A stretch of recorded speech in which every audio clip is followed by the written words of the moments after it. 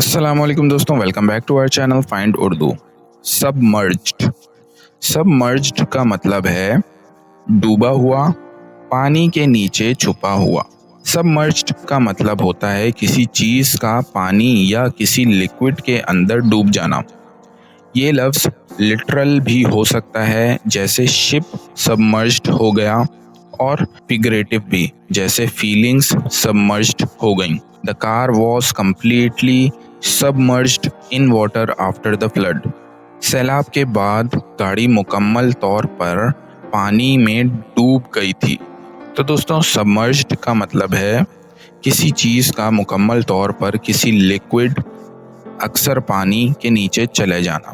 उम्मीद है अब आपको सबमर्ज्ड का मतलब समझ में आ गया होगा। मिलते हैं नेक्स्ट वीडियो में। शुक्रिया।